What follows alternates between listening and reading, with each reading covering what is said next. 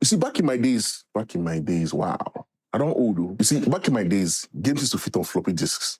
Now, they need a whole SSD, your backup drive, and your cousin's cloud accounts just to install the demo. Today, we're diving into the mystery of why games went from tiny but mighty to massive and moody. So, grab your snacks and maybe delete some files, because this is gonna get chunky. Oh God, chunky. We'll try and find out why modern games are thick, and I mean thick with 3 C's. We'll also ask whether size actually matters. Spoiler alerts. It's complicated. And finally, I'll give you some quick hacks to stop your hard drive from crying itself to sleep at night. Now, let's start by rewinding the clock. Picture this. It's the 1980s. The Cold War is still a thing. Your parents are wearing shoulder pads. And video games, they were tiny. The original Super Mario Bros. On NES, that was 40 kilobytes. That is smaller than a single blurry meme image. You could fit hundreds of copies on a 3.5-inch floppy. Now, forward to the mid-90s, a typical PlayStation game was between 600 to 700 megabytes. I mean, it's not bad given the experience they brought, especially with games like Metal Gear Solid and Siphon Filter. Even N64 games, that's Nintendo 64 games, they didn't go beyond 64 megabytes, which is impressive if you think about it, because games like GoldenEye were actually fun to play, despite the graphics and low detail. Now, fast forward to the early 2000s. Halo Combat Evolved, that was around 1.5 gig. Still respectable. But now, Modern Warfare 2, the new one, not the one from 2012, that's over 150 gig. My guy, that's not a game. That's a data center. I mean, what happened? Did someone feed our games after midnight? Oh God, these jokes are not working. Let's break this monster down. Now we have things to consider like graphics that can melt your GPU. See, back in the day, a tree was a green triangle on a brown stick. Now, every leaf has physics. Every blade of grass gets its own texture map. We're living in a time where your character's sweat has ray tracing. 4K textures, massive. High poly models, enormous. And don't even get me started on HDR. It's like someone added calories to pixels. Then we have audio. This is actually a sneaky culprit. You see, modern games come with multi-language voice packs, full surround sound, and orchestral soundtracks recorded in Abbey Road. Every grunt, footsteps, and dragon roar.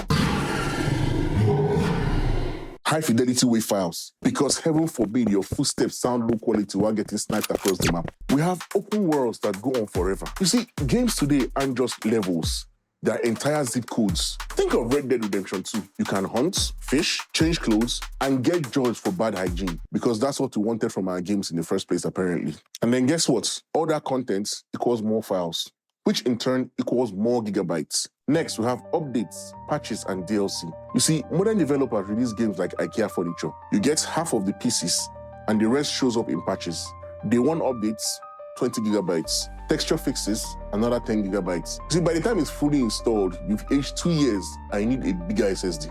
But, I mean, to be fair, these things have pros and cons. Let's start with the pros. You see, first we have immersive experiences. Big games often come with stunning visuals and massive content, which is actually a good thing. Then there's longevity. More data can mean more hours of gameplay, and nobody's mad about that. Then we have realism. The more data, the more detail, and the better you can pretend your real life doesn't exist. Anyway, let's look at the cons. First off, which is storage pain. I'm sure we've all experienced the heartbreak that comes with the message that says you need 80 gigabytes of free space to install this update. Bro. And then there's the issue of download times. See, if your internet is anything less than warp speed, expect to see the sun sets and rise and sets and then rise again before that game finishes downloading or installing. Then we have accessibility. Not everyone has access to terabytes of storage or fiber connections. Some people are still out here gaming with laptops that get hot just thinking about Minecraft. Oh, and let's not forget the heartbreak of uninstalling something you love just to make room for another Call of Duty update. Anyway, with that being said, here are a few tips to stay sane. First of all, get an external drive. Yes, it's an extra cost, but trust me, your internal drive needs a break. It's been through a lot. Secondly, uninstall what you're not playing. Yes, even if you might return to it someday, let's be honest, you're not launching Anthem again. Aww. Then you can also use cloud saves. You see, that way, you can delete with confidence. No fear, that game is safe in the cloud. Also watch out for compression tools. You see, some platforms let you install minimal versions of games. For example, skipping multiplayer or language packs you don't need. Use them. And then lastly, just say no. Say no to preloading 120 gigabytes of a game you're not even sure you're going to like. So, Where are we headed? Will games keep growing until we need quantum hard drives and Elon Musk personally delivers our updates via Neuralink? Maybe, or maybe, just maybe, developers will find smarter, more efficient ways to package content. Until then, keep your drives clean, expectations low, and subscribe for more nerdy breakdowns like this. Peace.